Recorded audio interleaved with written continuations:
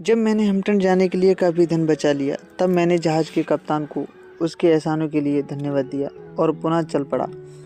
बिना किसी असामान्य घटना के मैं अपनी बचत के पूरे 50 सेंट, जिनसे मुझे अपनी शिक्षा आरंभ करनी थी, के साथ हैम्पटन पहुंच गया। स्कूल के तिमंजिले पक्के विशाल भवन को पहली दृष्टि में देखकर ही मुझे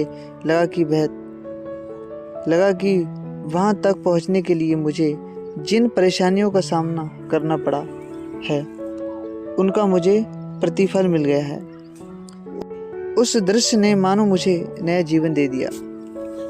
हैम्पटन इंस्टीट्यूट के प्रांगण में पहुँचते ही मैं किसी कक्षा में प्रवेश के लिए मुख्य अध्यापिका के सम्मुख उपस्थित हुआ।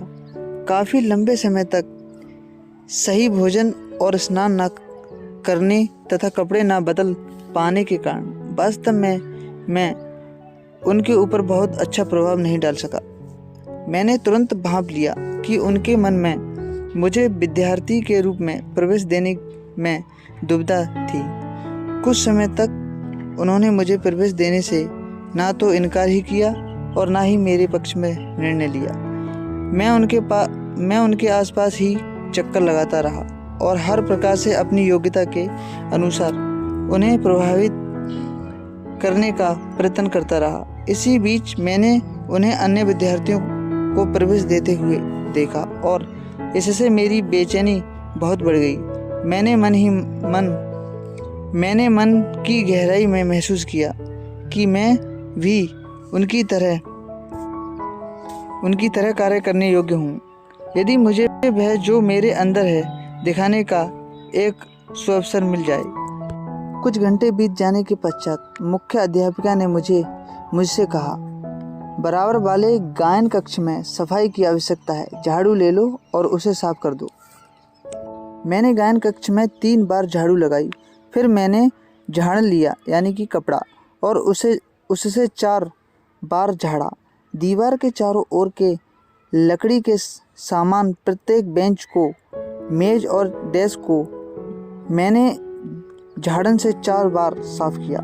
इसके अतिरिक्त प्रत्येक फर्नीचर को अपने स्थान से हटाया और कमरे की प्रत्येक अलमारी और हर कोना पूरी तरह से साफ कर दिया। मैं अनुभव कर रहा था कि मेरा भविष्य बहुत बड़ी सीमा तक इस कमरे की सफाई से अध्यापिका के ऊपर जो प्रभाव मैं डालूंगा पर आधारित है। जब मेरा काम पूरा हो गया, मैंने मुख्य अध्यापिका को सूचित कर दिया। वे उत्तरी अमेरिकी यॉन्की महिला थी जो जानती थी कि धूल और गंदगी को किस स्थान पर खोजा जाए। वे कमरे में गईं तथा फर्श और अलमारियों का निरीक्षण किया।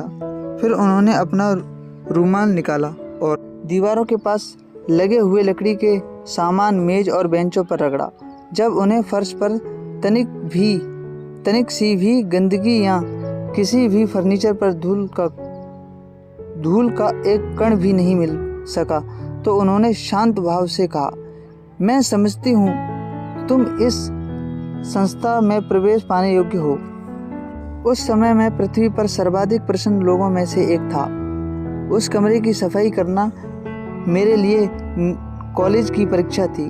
तब मैंने अनेक परीक्षाएं उत्तीर्ण की हैं, परंतु मैंने सदैव यह महसूस किया कि अब तक उत्तीर्ण की गई तमाम परीक्षाओं में यह सर्वोत्तम थी।